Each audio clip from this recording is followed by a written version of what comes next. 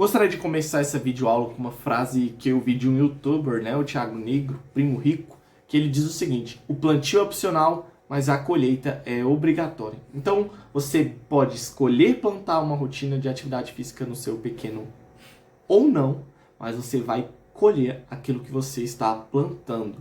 Sejam coisas boas, sejam coisas ruins, e é sobre isso que eu quero falar nos próximos 2 vídeos sobre as influências positivas e negativas para o desenvolvimento da saúde física, mental e afetiva do seu pequeno, tá bom? Então, tão importante quanto o desenvolvimento do cérebro, dos exercícios que ajudam o cérebro, são os exercícios que ajudam os músculos, o seu corpo, né? Pescoço, ombros, braços, tronco, pernas, porque eles vão ajudar, esses exercícios do corpo vão ajudar o seu cérebro na hora de assimilação de conteúdos mais difíceis. Vou falar sobre isso. Então, por exemplo, alguns pais reclamam que os filhos têm dificuldade de anotar conteúdos no quadro, informação no quadro, ele tem dificuldade em copiar aquilo, mas só depois ele percebe que, na verdade, o que o filho dele tinha era um problema no desenvolvimento da musculatura, né, do pescoço, dos ombros, do braço. Ele não tem destreza para manusear um lápis, ele não tem destreza para manusear uma borracha, ele tem dificuldade na coordenação óculo-manual, que é aquilo que ele vê com aquilo que ele expressa em movimento com a mão, tá? Então, o pai não consegue nem associar.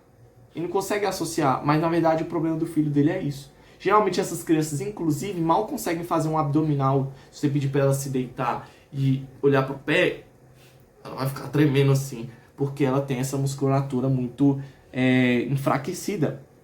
Outra reclamação muito frequente dos pais é a falta de atenção dos filhos na hora de estudar, na hora de aprender.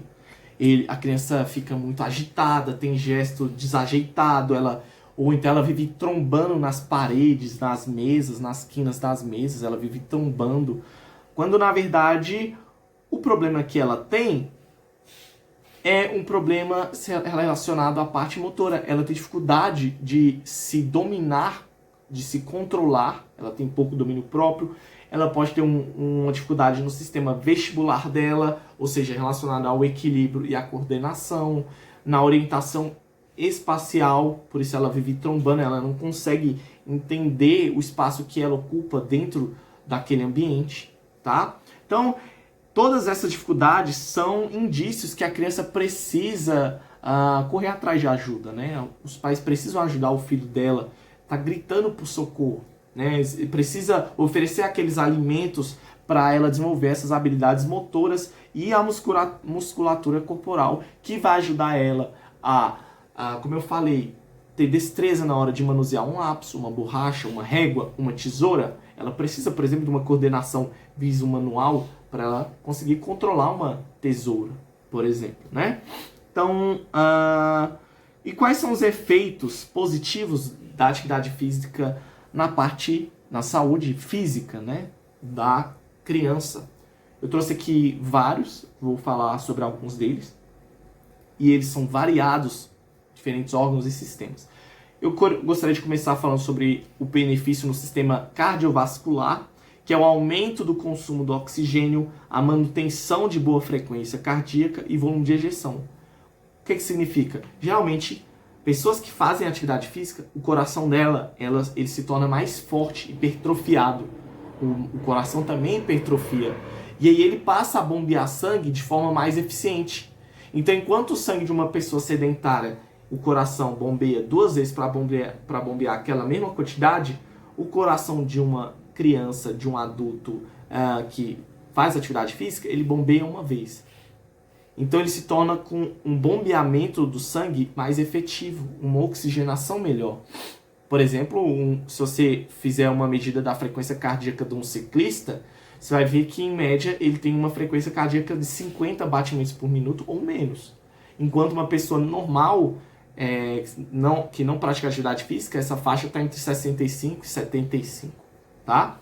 Outra coisa boa, outro benefício, está no sistema respiratório, no aumento dos parâmetros ventilatórios funcionais, ou seja, na hora que ele respira, essa troca de oxigênio com gás carbônico que acontece no pulmão, ela acontece muito melhor, uma melhor oxigenação dos tecidos. Ou seja, a criança vai estar melhor, ela vai estar mais plena dentro daquilo que ela vai fazer, né? Ela não vai estar tendo respiração bloqueada, né? O sistema circulatório bloqueado, falta de oxigenação, não vai ser tão agitado assim, né? Outro benefício muscular, o aumento da massa magra, né, dos músculos, da força, da resistência, da agilidade, da velocidade.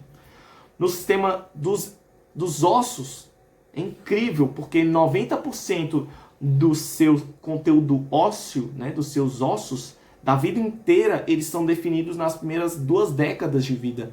Ou seja, nos primeiros 20 anos de vida de uma pessoa, basicamente são definidas o conteúdo que ele vai ter de osso, de densidade óssea para a vida inteira.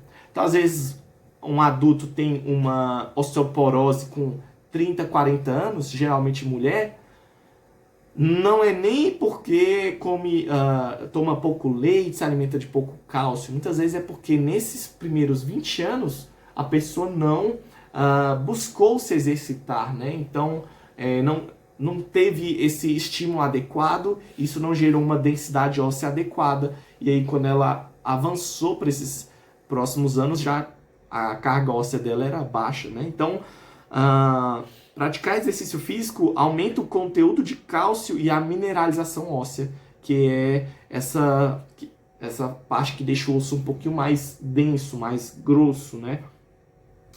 Ajuda no desenvolvimento do tecido cartilaginoso, né, que aumenta a espessura da cartilagem, a força dos tendões, a força dos ligamentos, reduz as chances de lesões. O sistema endócrino aumenta a sensibilidade da insulina, que as células recebem mais facilmente essa insulina, ou seja, reduz a chance de ter diabetes, ou se seu filho tem diabetes tipo 2, ajuda ele a controlar os picos dele, e também melhora a questão do colesterol, tá bom? Próximo vídeo vamos abordar um pouquinho mais sobre os benefícios para a saúde mental e afetiva.